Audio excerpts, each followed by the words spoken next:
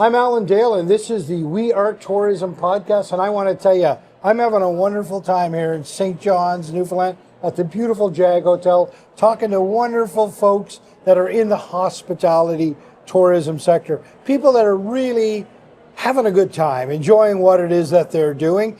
Why don't you introduce yourself, tell us what you do. So my name is Teresita McCarthy, and I am the Executive Director of the No. 2 Mine Tour and Museum on beautiful Bell Island, which is the gem in the middle of Conception Bay. Yes, it sure is. Tell me about the tour itself. What's that look like? So in 1950, the No. 2 mine was closed by the iron ore company at the time. And in 1998, the Board of Directors of the Bell Island Heritage Society resurrected this mine and turned it into a mine tour. Wow. So we are a one-off. We are the only one in the province.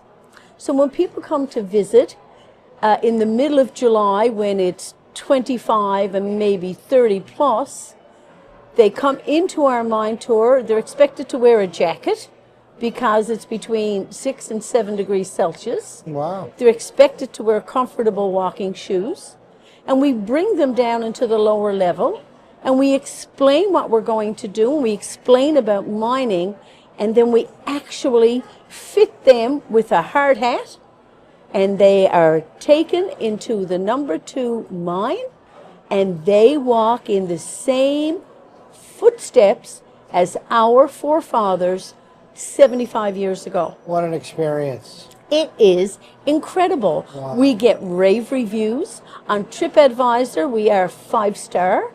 I've seen grown men, Alan, come upstairs from the lower level with tears in their eyes. Wow. I've seen women actually weep. The very first time I took my own dear mother down, she cried all the way down and all the way back. And I kept saying to her, "Mom, why are you crying?"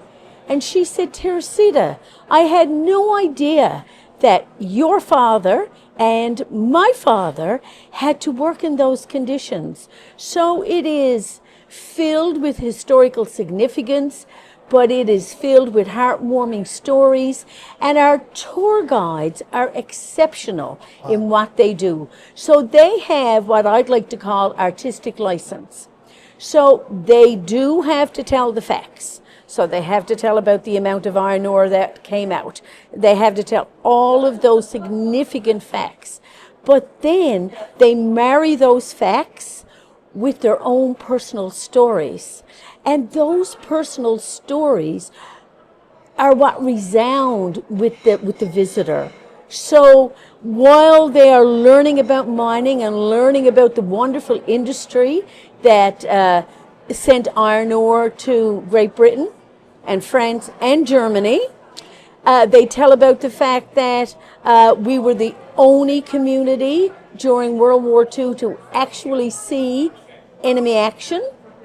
They tell about the fact that the airport in Torbay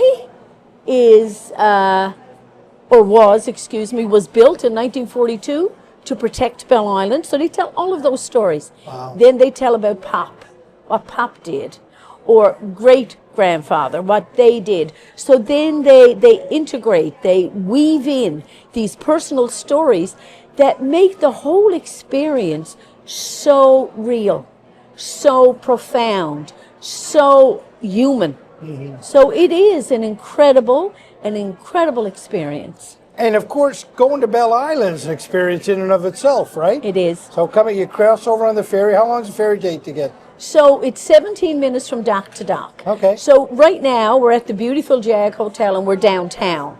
So if my husband and I and our friend left noontime, it would take us 25 minutes to drive to Portugal Cove. Yeah. So then when you get in Portugal Cove, you get your ticket for the ferry. So your ticket in Portugal Cove gives you a round trip. Okay. So you buy your ticket, you get on the Flanders, or you get on the Beaumont Hamel, or you get on the Legionnaire, or you get on the Estron W, whatever happens to be running at the time. 17 minutes over, and I have to tell you, Alan, during that 17-minute trip, particularly in the summertime, like the sound of the engine of the boat, the lull of the waves, the whales in Conception Bay, the look at Bell Island from Portugal Cove, and the landmass, the flora, the fauna, it is all an inclusive part of the experience. And so on your 17 minutes, you're just kind of, if you haven't been there before, you're kind of gobsmacked. Then you get at the beach. And then when you get off the boat, it's a 4.5 kilometer drive to the number 2 mine tour.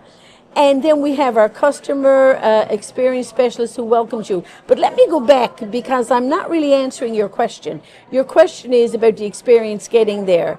The experience getting there is so unique that people will actually wait in the lineup 2 and 3 hours to experience it. So it's like it's a 2-off, not a 1-off. So the first part of it is getting there, being on the boat, being on the ocean, watching the sun dance on the ocean, and waiting to see that whale.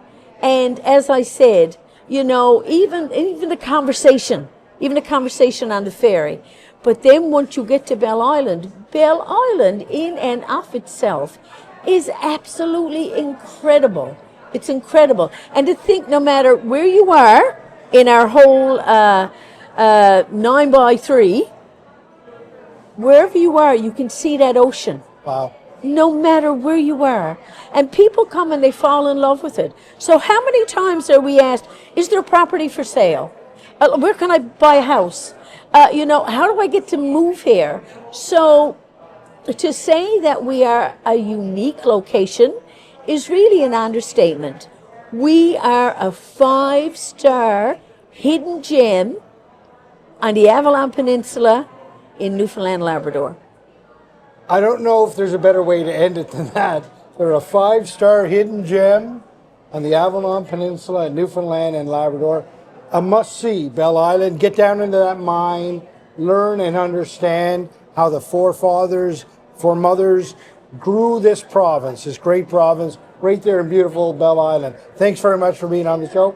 Thank you, Alan. This is the face of tourism in Newfoundland and Labrador. Thank you, Alan.